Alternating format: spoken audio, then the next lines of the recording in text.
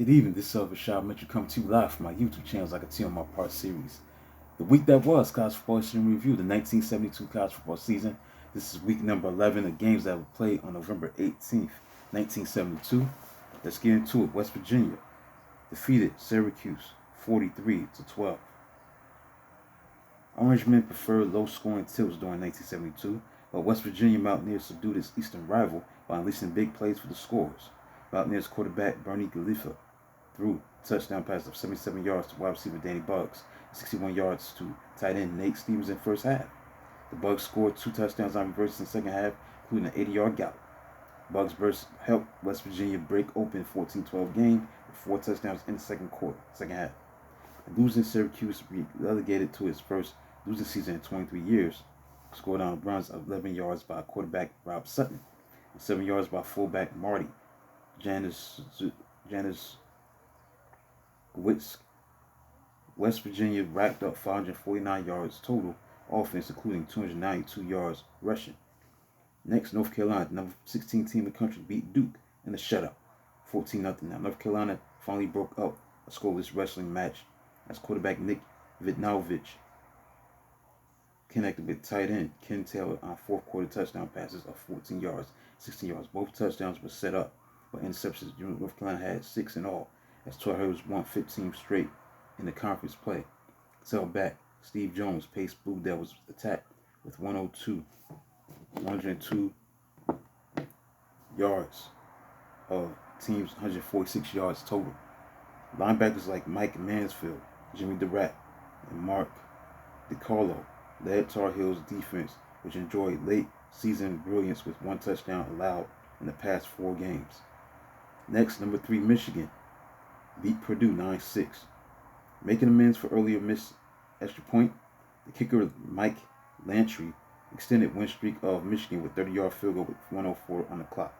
Tie-breaking drive began after safety Randy Logan picked off Purdue quarterback Darryl Danielson near midfield. Purdue embraced a 3-0 lead until the opening drive of second half, when Michigan capped an 80-yard drive with quarterback Dennis Franklin 11 yards scoring pass to tight end Paul Seal. Now, Lantry missed extra point, which allowed Boilermakers to tie things up at 6-6 on kicker Frank Connor's second field goal. Purdue, now eliminated from Rose Bowl contention, fought hard and held Michigan's running machine to only 100 yards. Notre Dame, the number 10 team in the country, beat Miami 20-17. Now, poor fourth quarter by fighting Irish that almost allowed Miami to steal the win. Notre Dame took a 20-3 lead after touchdown runs by fullback Andy Huff and quarterback Tom Clements, and 10-yard scoring grab by wide receiver Willie Townsend. Miami quarterback Ed Carney came alive in the fourth quarter, completing 6 of 8, 76 yards on a 78-yard drive for the first touchdown. His 14-yard scoring pass to wide receiver Walt Sweeting before leading 68-yard drive to his touchdown keeper. Now, time dwindled, but Clements lost fumble to Miami defensive end Mike Barnes on Notre Dame 35-yard line. The Irish defense stiffened before tying 46-yard field goal attempt by kicker Mike Burke flew wide to right. Teams combined for 9 turnovers, including 3 lost fumbles and interceptions for Irish. Now, Carney led all rushers with 50 yards on 15 carries. Kent State beat Toledo 27-9.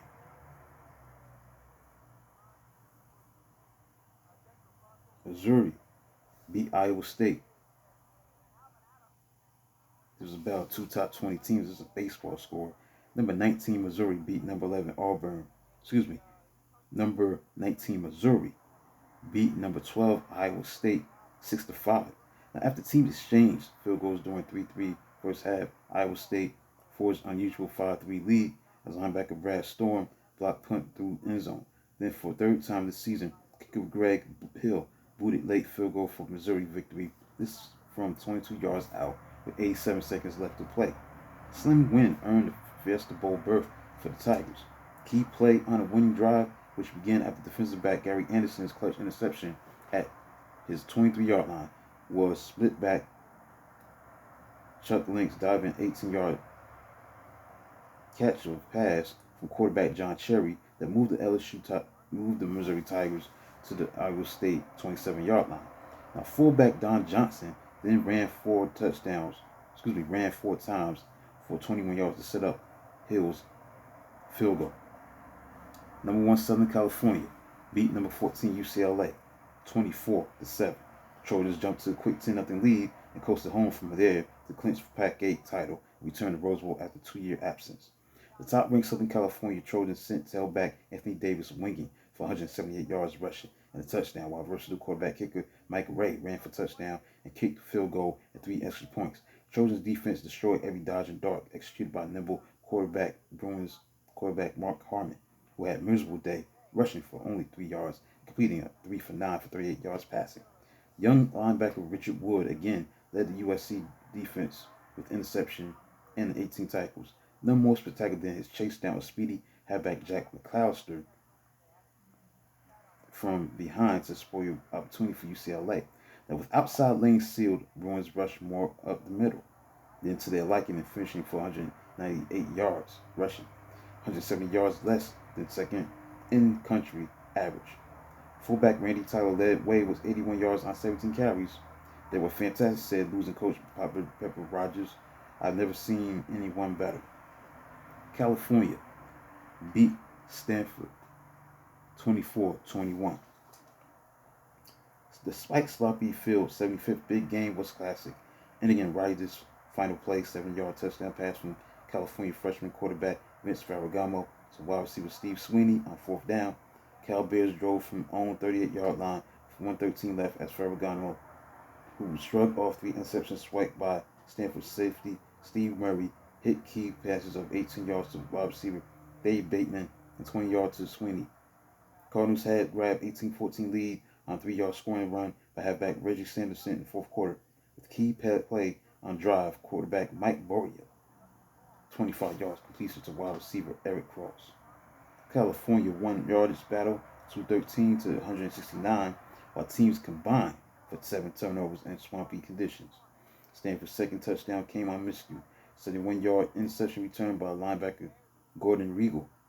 Winning touchdown was 13th, 6-pointer for Sweeney for the season. Finally, Oregon beat Oregon State by a score of 30-3.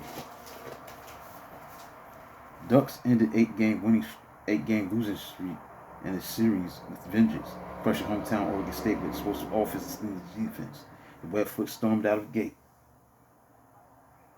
jumping out to 7-0 lead with first possession. 60-yard touchdown run by former Corvallis High School star named tailback Donnie Reynolds.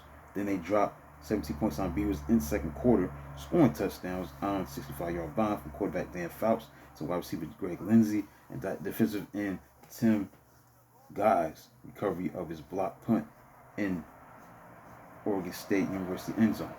Now, the Ducks defense held Oregon State to 179 yards in the rain, allowing sole points on a 28-yard field goal by kicker Ken McGrew, with Oregon kicker Hugh Woodward booting 3 field goals in Oregon State offense losing 3 of 11 fumbles probably was impossible.